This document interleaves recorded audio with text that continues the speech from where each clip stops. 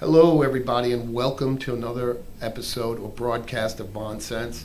Today, I am here with my partner, Leticia Romero, and Joey Quadera, and we are going to talk to you today a little bit about the election and what happened and why it's not over yet.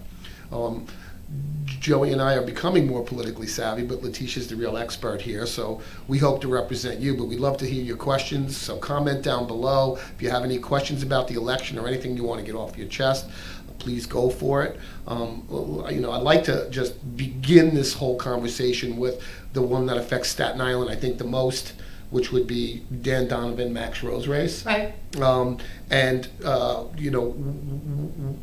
Why? Why did a sitting congressman lose to an all but unknown here on Staten Island? And unknown, I say loosely. I think he ran a really smart campaign, but Well, he wasn't an elected quantity, and that's the thing. I think that's what we should be taking away from this election, right? That a elected unknown in Max Rose was able to come into Staten Island and literally take the election or take the seat away from a sitting congressman. And you have to ask yourself what happened, right? Because we're the red borough. We're the place where, you should have no problem as a Republican. But we knew a couple of things going into this race. The factors were that there was this talk of a blue wave, right, and a blue tsunami. And so if you take a look around the country, the states that had, big city centers like Chicago and Los Angeles and New York City, that wave did ripple out to the suburban areas, the blue ripple, that is.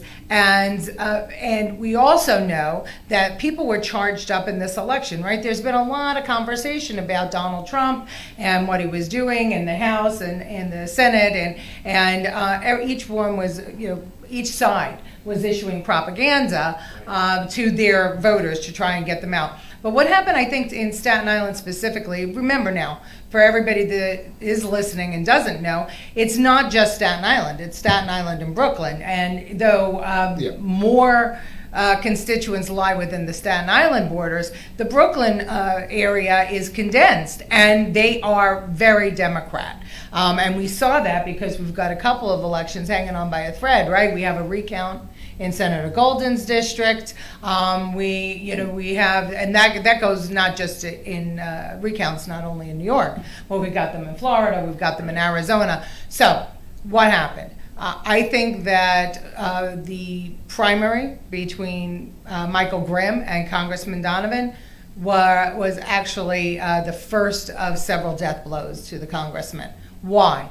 Because in that campaign, it's traditional. If you're in a Democrat campaign, you go more liberal to talk to your liberal voters because that's who comes out to vote. And in a Republican campaign, you go to your conservative voters because that's who comes out to vote. What we did find out, however, was that in this primary, everyone came out to vote because you had not only very, very liberal people and very, very conservative people, but you had moderates coming out to vote. You have first-time people coming out to vote in a primary. And we saw that throughout the country, not just in Staten Island. But what happened was that it became who could out-Trump whom, right? It forced them too hard to the right.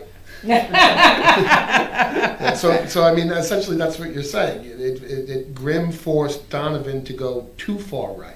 He went very far right. He had to talk about how close he was with Donald Trump and President Donald Trump. And I am really forcing. I would like everybody to address our president as President Trump. And I know that throughout history, people have called President Obama, but I think now more than ever, we need to give respect to the office. So it was about Dan Donovan siding with President Trump, right, and saying that he was more Trumpian than Michael Grimm. And that hurt in the Brooklyn area, because in the Brooklyn district, they didn't want anyone associated with Donald Trump. Actually, in the Brooklyn area, Max Grimm was really good. I'm sorry, Max Grimm. Max Grimm.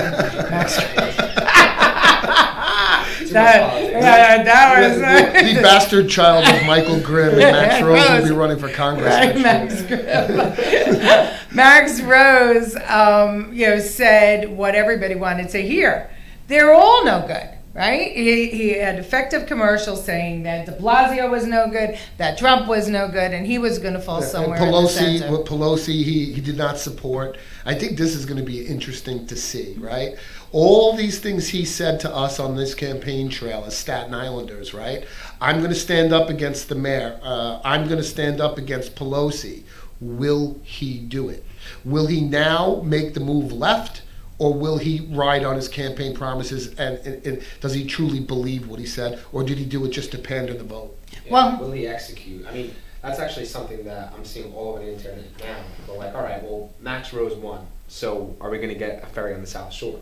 That's what everyone seems to be saying, even the younger people. So I guess he did a good job of getting that across in his campaign, but whether or not he's actually going to perform is a different story. Yeah, well, I mean, listen, the thing about Max Rose is that he had a lot of money early on. 5-to-1 spend, if I'm correct. Right? And that came from everywhere. It came from grassroots, but it also came from special interests. And it came from D.C., too. I mean, so, people want to say, oh, no, he didn't take any Washington money. That's bullshit. He did. He took a lot of money from Washington. So he's going to have to pay the piper, right? Everybody's going to want their piece of him.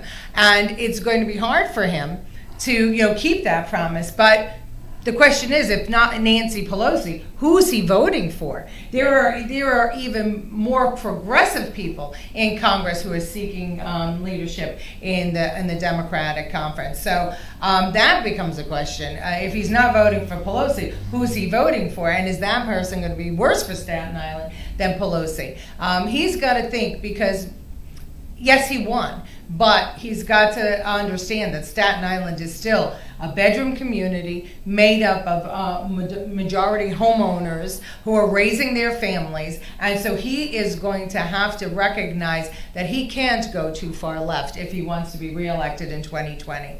He has to actually deliver on a lot of his campaign promises. So just quickly going back, what happened to Dan Donovan? So you had Max Rose, who had virtually no primary. I mean, there was one, but it barely mattered. He won that handily, and he retained a lot of cash. Dan Donovan had an infusion of cash from the Republicans in Congress at the very last minute in his campaign against Grimm. Michael Grimm had a hard time raising money because of his past record, and because the Republicans were afraid of losing the seat, so they really didn't want him to primary him. But once Dan won the election, he had to, if you will, distance himself from President Trump in order to capture the people in Brooklyn. And he couldn't do that. There was no way for him to do that. He also failed in actually raising any money. He actually failed in having any kind of on-the-ground campaign.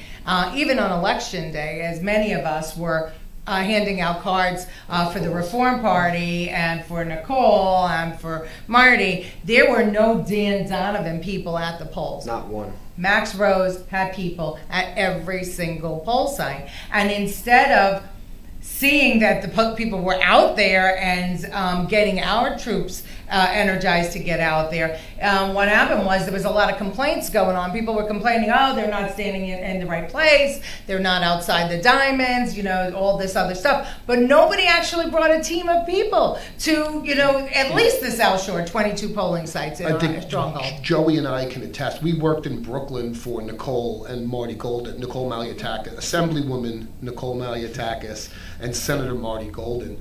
And we were out in the field, and we were two red dots in an ocean of blue people. Yeah. The polling site we worked at was in Bay Ridge, which is, a very tough district typically for Republicans, and especially for Marty. And even Nicole wins it, but not as big of a margin as she wins it in other places. And it was just me and Joey. I felt very uncomfortable at one point. There were 25 in people? Every single corner, every corner of that block, there were 2 or 3 people holding signs, giving out palm cards, reaching out to people. It was... And we got to chat with a couple of them. Where were they from? Spain. Spain. There was one girl there that said she was from Barcelona. She had no idea where she was. She mentioned, I have no idea what part of Brooklyn this is. I've been here once, but had no idea. And that was super interesting because, I mean, how so, was that? So they brought all guns to bear for Max Rose, Right. and we didn't roll out a big enough arsenal on this one. And as a party in general, not naming any one candidate, I saw them pull in people from New Jersey, Barcelona, and they were pretty, I don't want to say aggressive. We met some really nice people out there, you know, but they were a lot more willing to push the rules than we were. Yeah. They were a little close for my taste. Not that I think it would have made that much of a difference, but there were signs pinned to the sides of the polling locations, which is something I was told never to do. So we didn't do it. In retrospect, I wish we did do it, you know, because apparently it was okay. No one stopped it. It went on all day. Not that that's why he won. This is not an excuse. This is to show how fervent, is that a word? Yeah.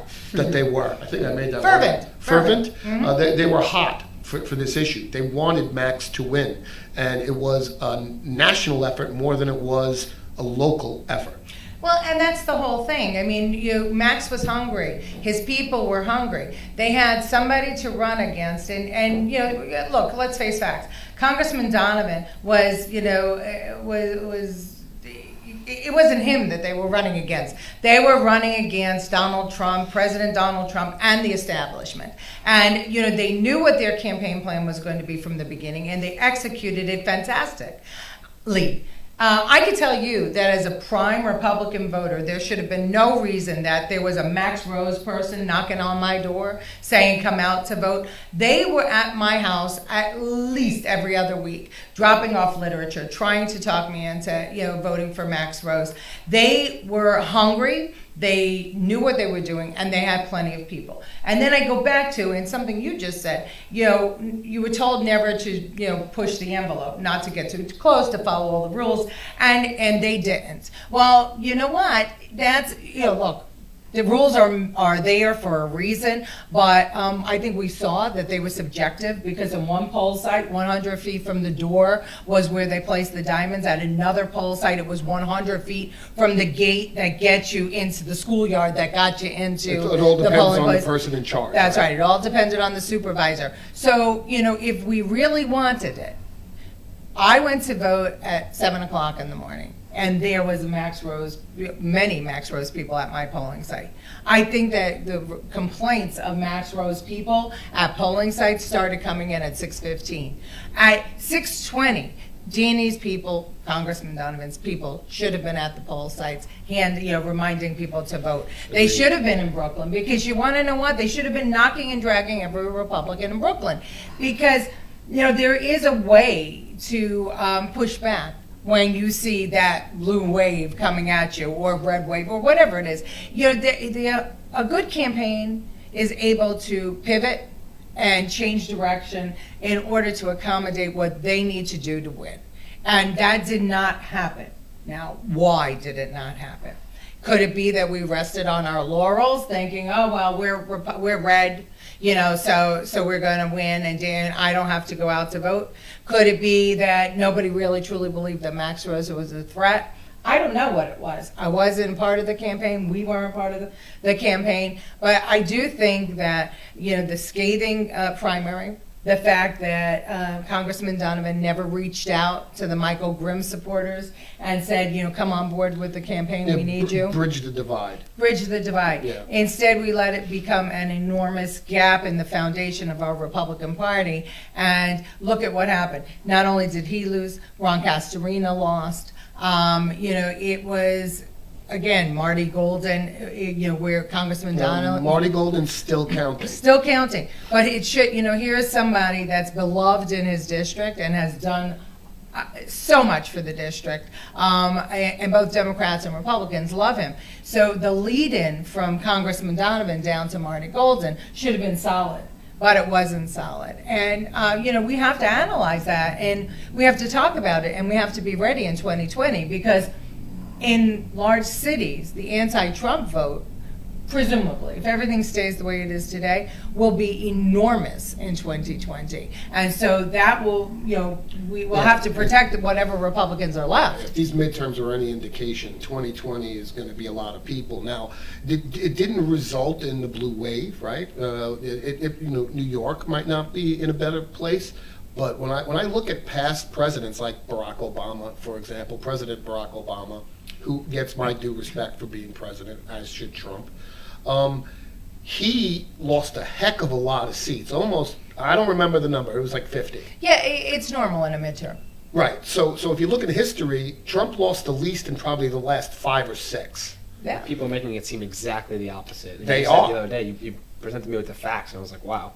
Yeah. People are making such a big deal out of it. It's but- not people. It's the media. It's the media. It's the fourth estate, the one that's supposed to, the one entity that we're supposed to depend on to report the facts is actually telling us what to do, how to feel, how to think, be politically correct, and they're putting spin on stuff. Yeah, and the bias is so clear to me, and I'm not a fan of CNN or Fox News, right? To me, they're both skewed left or right. They don't really present news. They present a party line.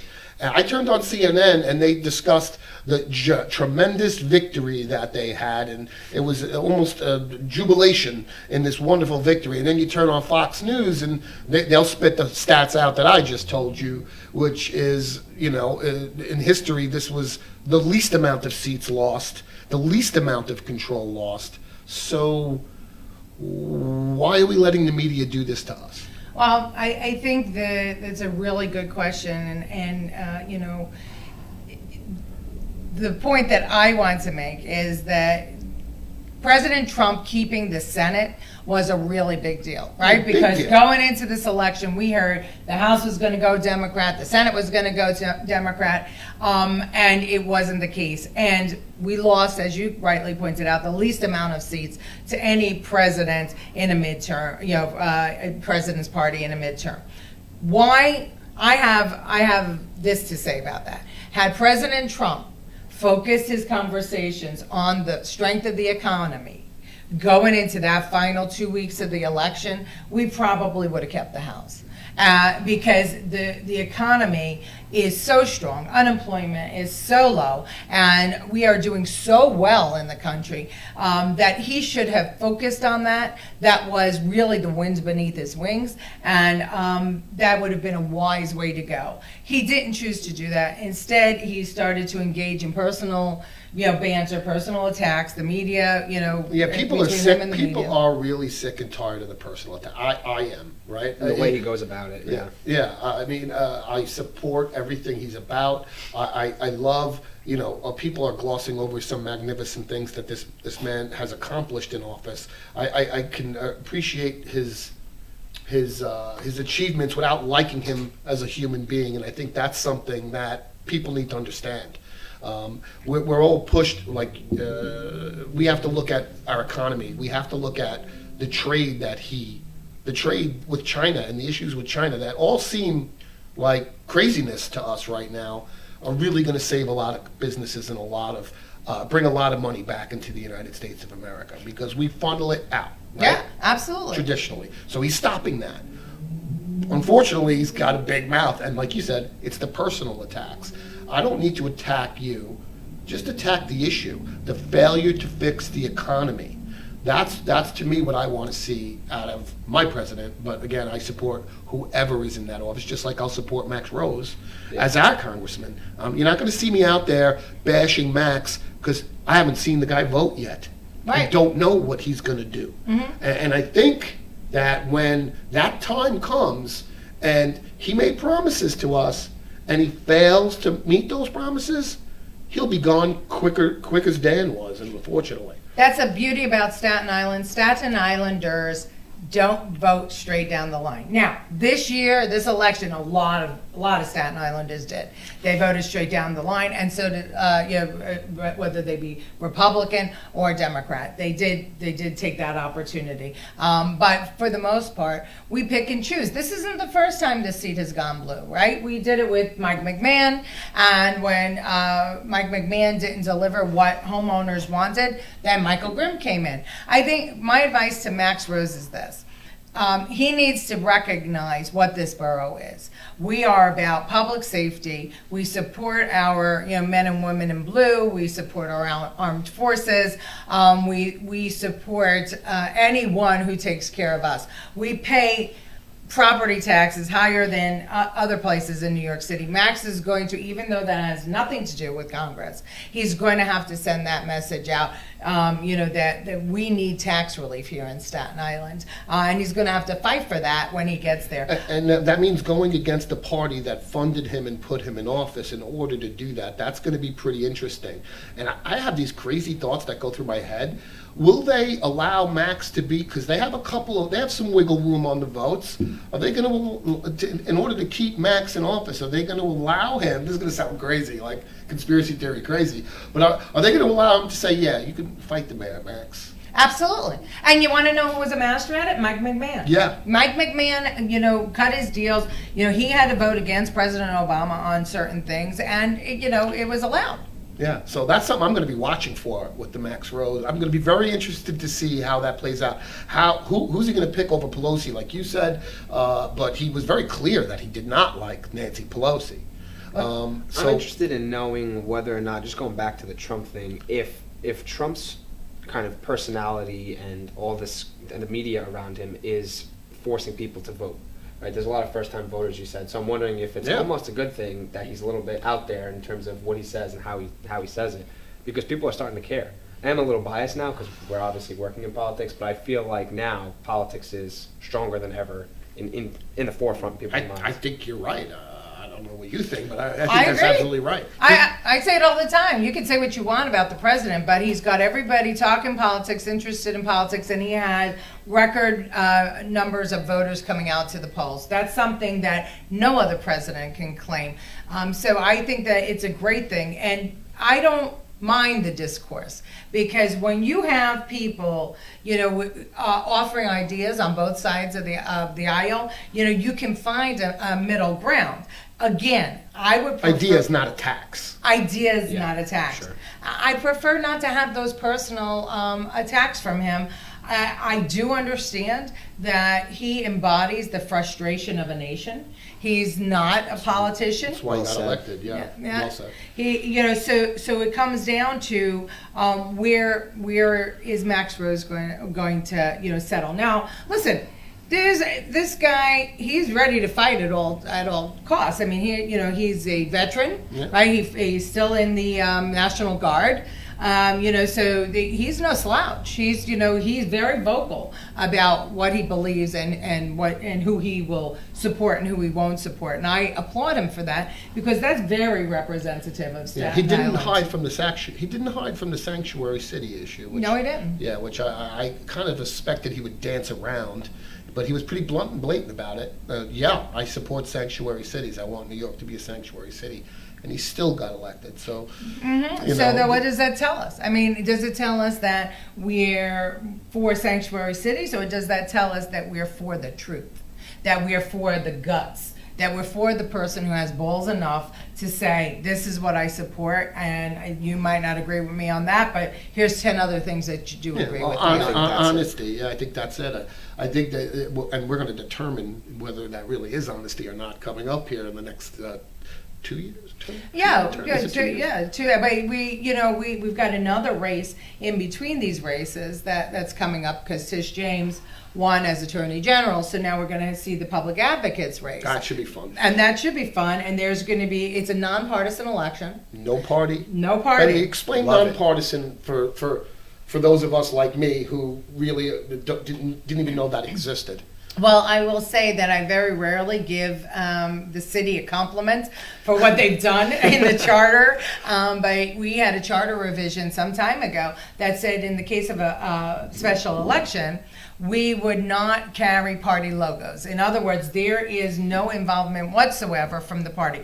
The party doesn't have to pick you, you don't have to get an authorization, none of that. It is you create the line that you're going to run on, and you name it whatever you want it to be named. It just cannot include any of the names of the parties that are already in existence, like Republican or Democrat or Green or Working Families or any of that. So you run, every candidate has to get a certain amount of signatures, and they get it, and then they do it on a line. Like, let's say Tony Herbert is running on the Housing Residents First line, because that was a line that he's been pushing forward for the last couple of years. When we worked for Nicole, we had created the Stop de Blasio line. I wish that line was still up. Yeah, well, you know what? It got a lot of votes on that line. It really did have a lot of votes. So a nonpartisan election is just exactly that. And it was created so that the party apparatus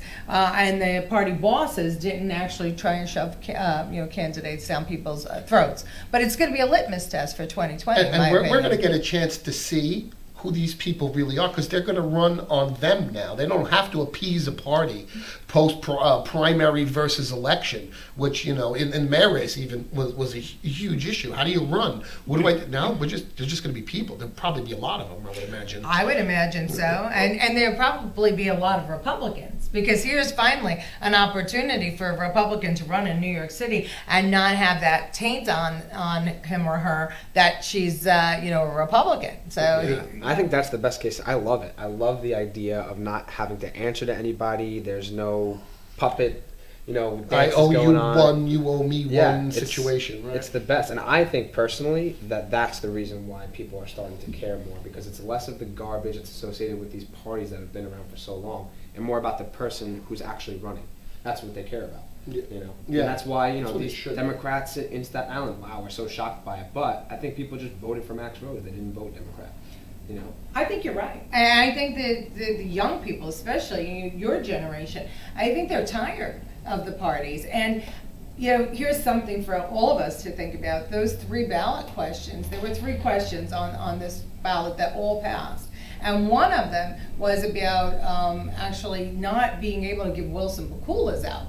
What a Wilson Pacula is that if I have the Republican Party and I want a Democrat to run on my line, and that we saw almost happen in the South Shore race, the party gives out what's called a Wilson Pacula, and it is an authorization for that candidate to run on a line that they are not a registered member of that party.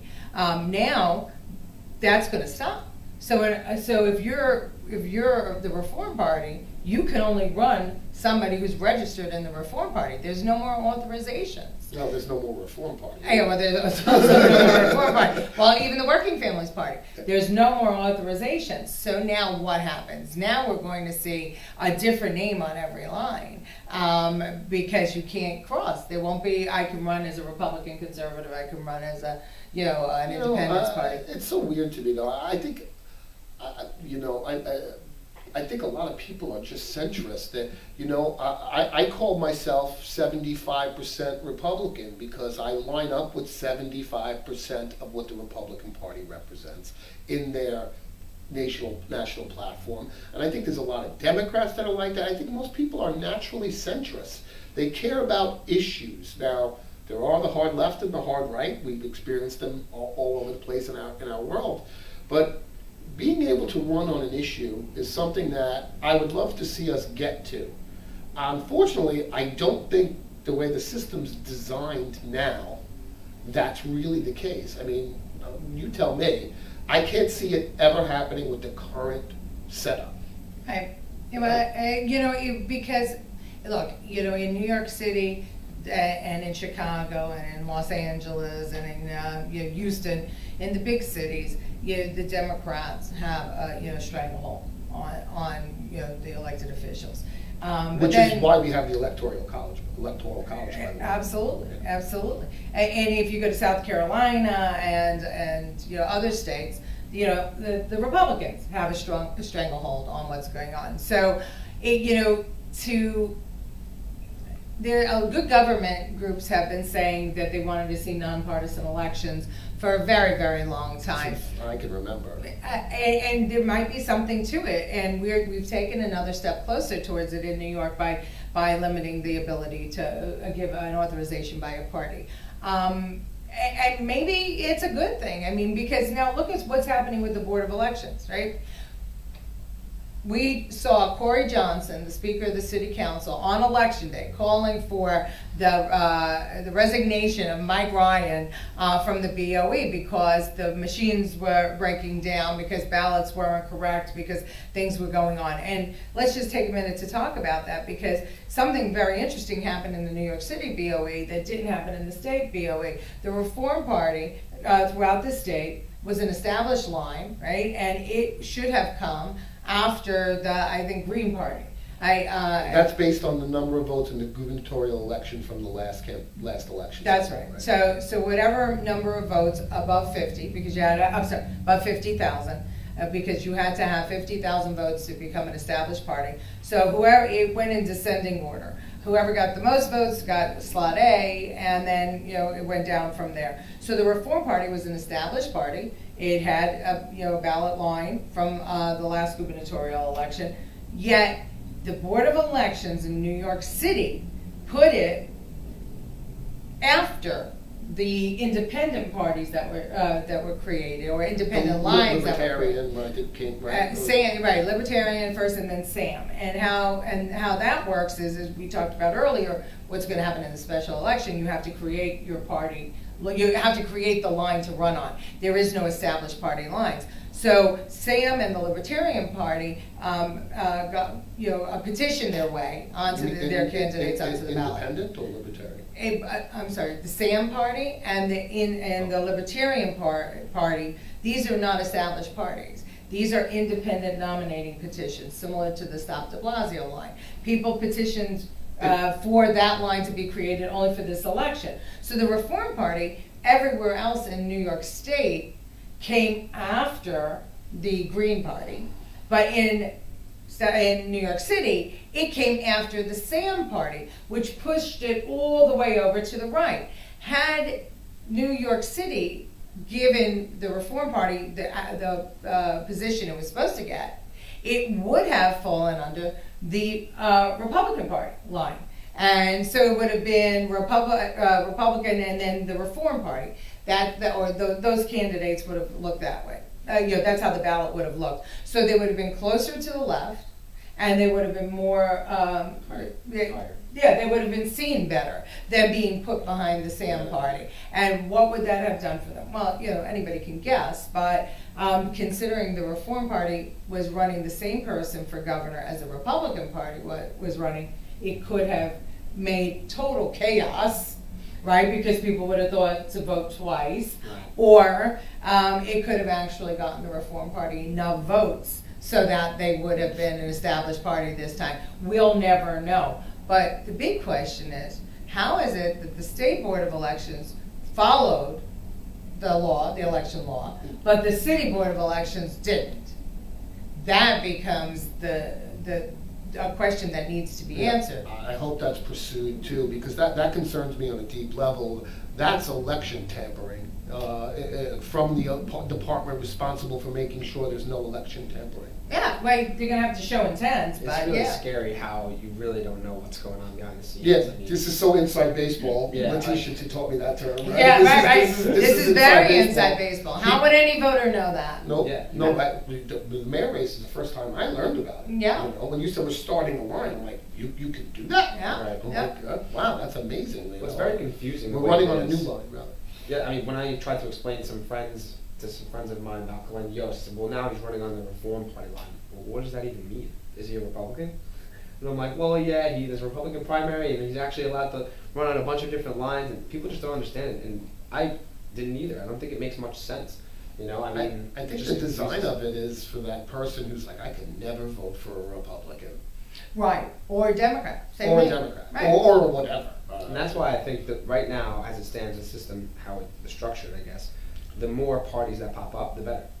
Well, now that you have to be registered on the line in order to run on it, I think that it's going to cause chaos because, again, what happens to the Working Families Party line, which has always been, I don't think any Republican has been endorsed by the Working Family Party. That goes to the third party line? Yes. So in other words, Whoa, you have whoa. to run on the Republican line, you have to be a Republican. To run on the Democrat line, you have to be a Democrat. To run on the Working Families Party line, you have to be a member of the Working Families Party. So now there will be no 3 names across because they're eliminating When is the that going into authorization. You know, and I'm talking out of my, I'm not sure when that goes into effect, but it was part of the whole government reform Really process. scary. You're killing third parties. You're killing, well, or not, or you're giving an opportunity for To create other more. people, right, to create strong lines. The Independence Party, with all of its problems, and it has had many in this state, many. The Independence Party now is the fastest growing party. It's the third party. That's It crazy. should tell us all something. It right? should tell us all something. Just by the nature of the name independent. Yeah, but let's go back to why I brought this up. You know, the other thing that the Board of Elections did that was absolutely against all election law is the judges, surrogate, and the 2 Supreme Court judges. 3, because we had one running on the Reform Party, Marazzo. So the judges, they're supposed to be come on the ballot based on the amount of people they represent, right? The jurisdiction or the actual physical The size of the district. and also how many population they should have come underneath Congress, right? Because Dan Donovan was Staten Island and Brooklyn, whereas the judges were just Staten Island. So they were the next in line for, you know, the area that they and population that they serve. Then came Senate, then came Assembly. But somehow or another, they were at the bottom of the ballot. Now, how'd that happen? How did that happen? Why did it happen? Why is it important? Here's why it's important. Because the fall off from the top, voting from the top to the bottom is about 20% in most cases. So if Ron Castorina and Matt Titone up high under Dan Donovan or Max Rose, would they More have votes. garnered more votes? Who knows? Did Ron Castorina lose because he was, at the bottom of the ticket instead of at the top? Would Matt Titone have gotten more votes if he was right underneath Max Rose? This kind of astounds me, but I get that it makes a difference because I've watched it. But the thought that I'm not going to go all the way in a vote is crazy to me. Like, what do you mean? You're there. But You're here's voting. why I actually understand it, because someone who's really focused on one race and doesn't know any information about the others doesn't feel like they should just bubble in something. Think about it, people are spending all of this money, all of this time getting their name out there, campaigning, and then you have somebody who has no idea what the race is about, what the position is, and they just bubble in because it's there. So that's why I think people just sometimes... I was like that with the back of the ballot issues. I frankly ignored them because who had time to do research? They give me a paragraph to figure out something I should vote on in a paragraph this big. Yeah. I mean, we talked about this in Nicole when she was on the podcast too. I had to read it to my mother. How can I vote? How can I vote? I don't know what this vote is going to do. Yeah. Well, So I stood away. and there were public hearings on it, and there were charter revision meetings. There were so many opportunities to learn more, but unfortunately, even if you attended those meetings, you still had no idea what the heck was going on. And at the end of the day, here's what I guess upsets me, is that the mayor knew that he had special interest groups supporting those propositions that were on the back of the ballot. So when the unions are or organized labor and organized groups come out to support your proposition, and the rest of the people don't even realize it's there, the chances of everything passing is pretty good, and that's what we saw in this election. So it's If people voted to give away their tax dollars to people campaigning for public office in New York City, I don't know if they realize what they did. Yes, they did, and they also, and what he did was, he stated that he wanted less large donations. The man who, if we all recall correctly, in Nicole Malliotakis' race, was raising the majority of his money at $4,950 a clip,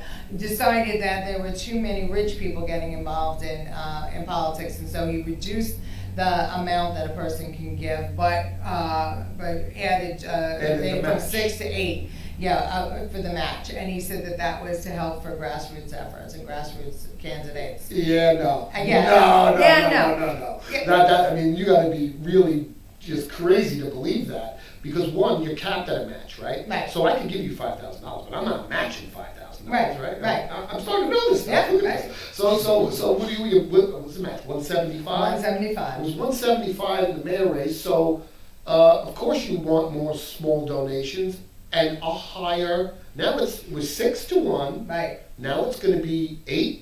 Yeah, now it's 8-1. Match of your money, Yeah. in your pocket. Yeah. You're giving, if I decide to run tomorrow and I need the prerequisites, signatures and number of donations, they're just gonna hand me $8 for every dollar I raised. But guess what? They're gonna hand the mayor that same $8. Okay, we have a caller here. Oh, we have a caller? Gloria Rodriguez, you're live on the air with the Vaughn Agency. We're doing our podcast today on the election. Did you call in to talk? No. Well, now you're in. Why don't you tell our listeners who you're working for? Tony Herbert. Okay. The only voice for our people that's running for office. What's he running for? He's running for public advocate. So Gloria is, she's been involved in politics for more than 20 years. She's been involved, in the Brooklyn side of politics. She worked for many elected officials.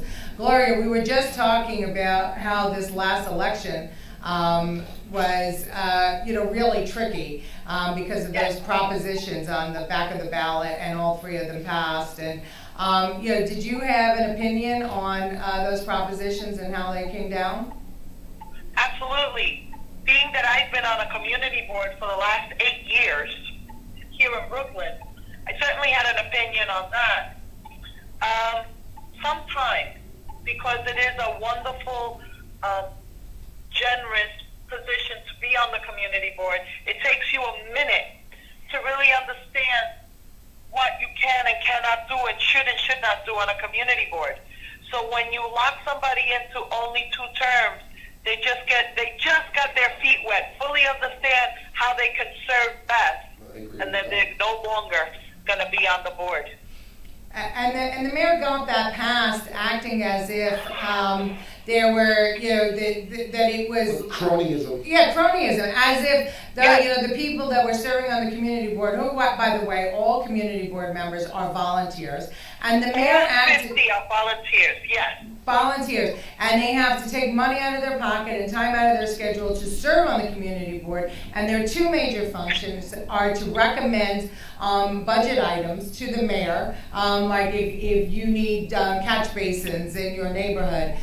Community board would include that in the budget. And the other thing that they're supposed to do is comment on land use, on ULURP applications for the use of land in their community. These are 2 very important powers that the community board is given by the city charter. And the mayor came down and acted as if it was an abomination that people who have been members of lived in a neighborhood for 20 and 30 years and were providing this service for the community, he acted as if they were doing something criminal by actually serving. And he also acted as if there wasn't term limits already, in a sense, because community board members are recommended by the city council and appointed by the borough president. And at any time, any borough president or council member could say, okay, your time is up. It's time to go. So the people that have remained on those boards tend to be people with institutional knowledge and who have served through many council members and borough presidents. So the mayor took that option away. How are you going to find enough people to keep filling these seats? Go ahead, Gloria. The sad thing is, yes, you're right. First of all, there are 50 seats per community board. Many community boards can't even fill the 50. But there's something else, and it's a working knowledge. When I want to do something as a community member, as a community board member of only 8 years, I tend to look to our elders, people who have been on the community. I have a woman in the community board who's been there since the 70s. You know what? She has knowledge, institutional institutional knowledge. Why are we doing this? Well, what happened was, and that is such a great asset to have, and to take away the people who are willing to give their time, energy, and money Yeah. to the community without a thank you, with no reward in mind except to live in a better community, to me is insane. Yeah, Insane. it is, and yet it passed. And why did it And yet it pass? passed. Because he told everybody how to vote. Yeah, and that's it. I mean, it's a problem here. Voter education is needed and necessary, but it is a problem here, not only in New York City but all around, that people are trying to catch up, and in the midst of a very busy life, trying to make a living, taking kids to school, ushering people around, taking care of ailing parents.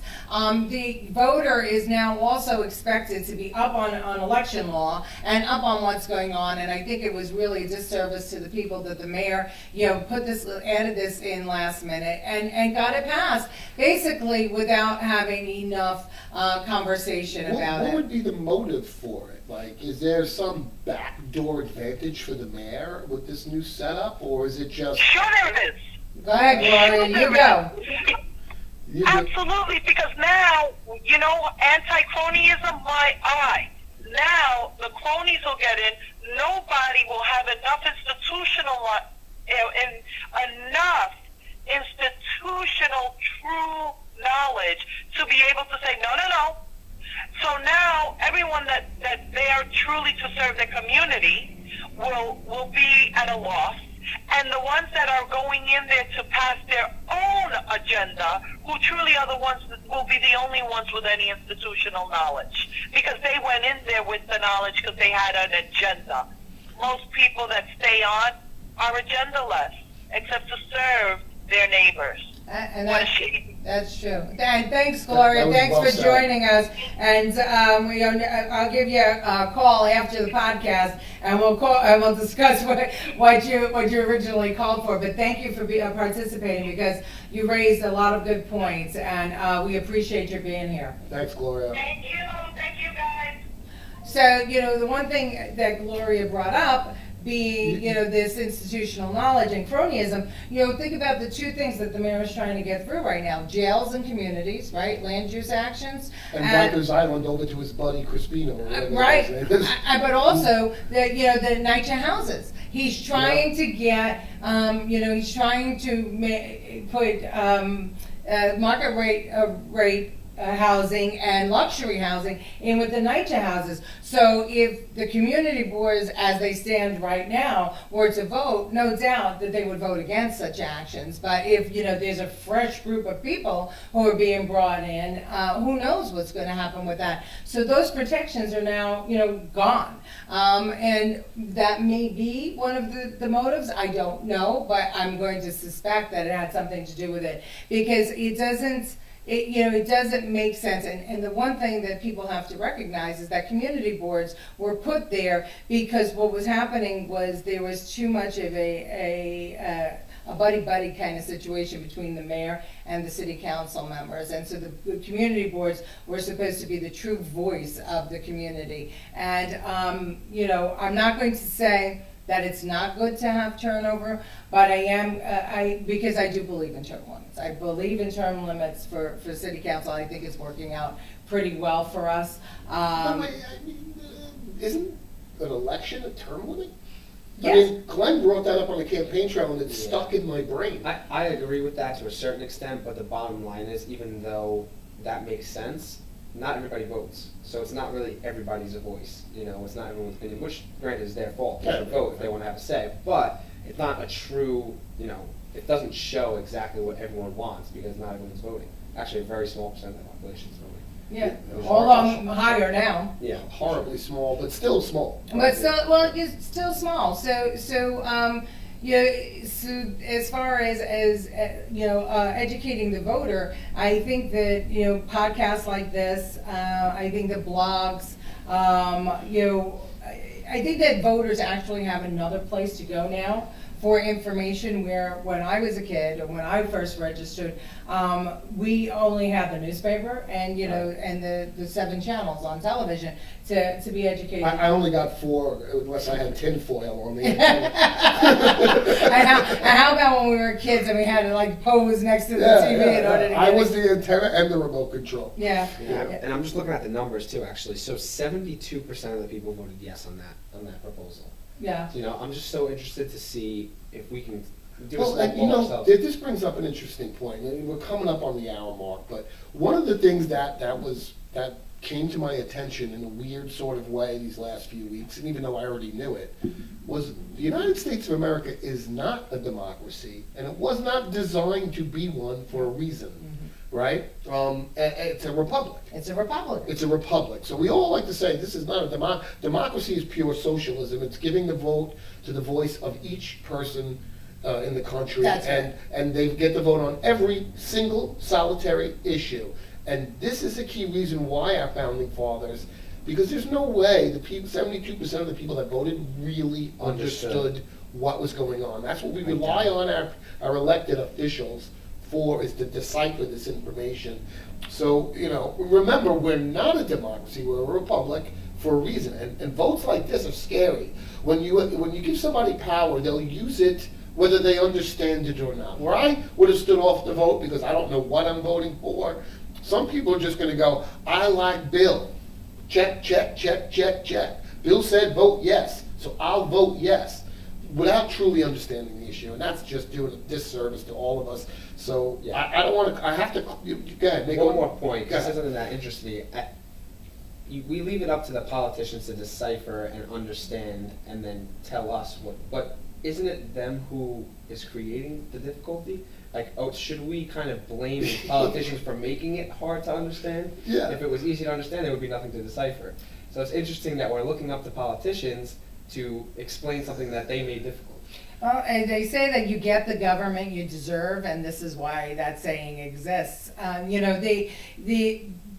at the end of all of this, I'd like to sum up by saying this. Voting in America is changing, and there's now early voting, where last election 1 million people decided to vote early. Now it was 2.5 million, and that was a week out from election day. New York? No, that was globally. We don't have early voting in New York. But the question becomes, right, when we had this debate that whether it's going to be a blue tsunami, a blue wave, a red wave, or what was going on. People were already voting around the country, and I thought it was 25 million. What? No, they were.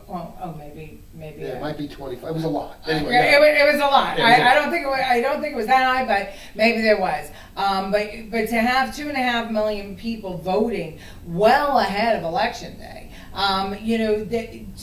are those people getting all the information? Now, in states where you have early voting, let's say that you vote 2 weeks before the election, and then the week just before you find out that some incredible news about the candidates that are running in the race.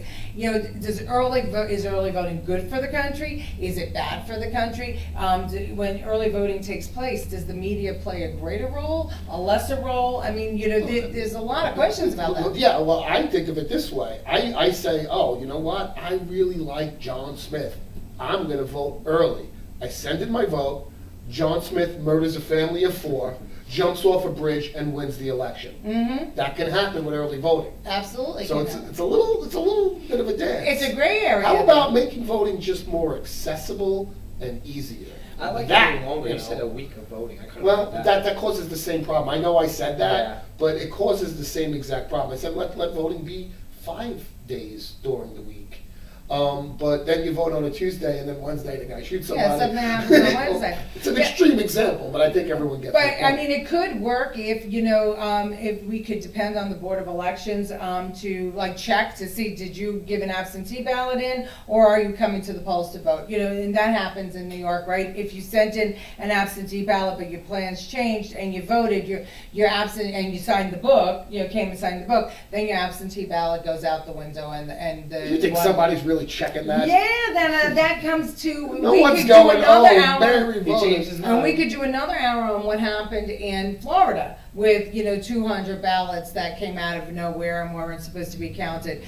So we have a lot of things to discuss, and I think that we really, as a nation, need to discuss that. Nonpartisan elections, access, to early voting or more early voting.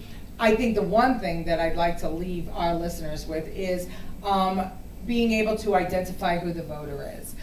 Because in some places you cannot vote without a piece of government issued ID. And there will be people who will tell you that disenfranchises voters. And I am one to say I totally disagree, because as Americans, the one right that we have that nobody can take away from us, and what sets us apart from everybody else, is that we have the right to vote for the government that we want. We should have to produce, in my opinion, identification couldn't agree when more. going to the polling site. definitely So agree. as this all changes, early voting, online voting, and all this that we're talking about, I would accept all of that, so long as we agree that the voter has to be able to be identified as a United States citizen and eligible to I am vote. blown away. Listen, if everyone's saying, well, it will disenfranchise voters, take all that money and effort and get these people some ID. The state will do it.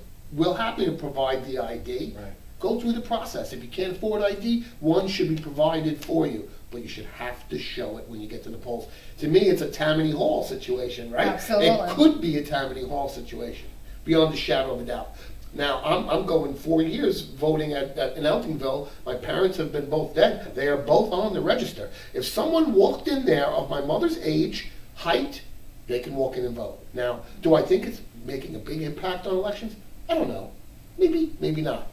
But why not just provide a little bit of identification? I don't get the resistance to I don't get it. I don't get it either, because we ask for identification for everything else. Buy a pack Everything of cigarettes, yeah, you need ID. You need to identify yourself. You need to register and enroll and be who you say you're going to be.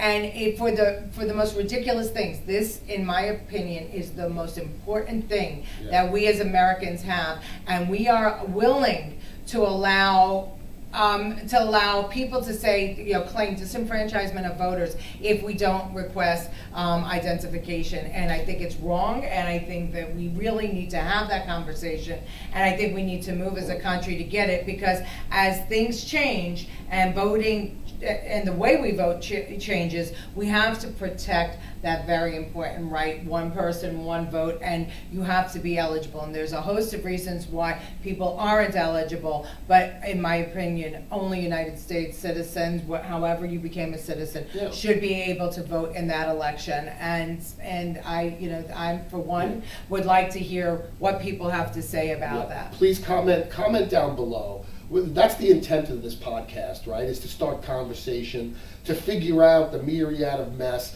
to eliminate bipartisan. By no means do we want partisan conversation here. We just want what's right for the people, and we hope to have your involvement in it. We're definitely running out of time, but did you want to wrap up with a final statement? Yeah, no, I just think what you said is exactly the purpose of this podcast. Get people talking about it and get people informed, because that's all that really matters. Stop using the superficial language that's on the ballot and start talking about what's really happening behind the scenes and what we can do to fix it. Yeah, as a group. So, and I'm going to leave you with a final thought. I'm a staunch Republican.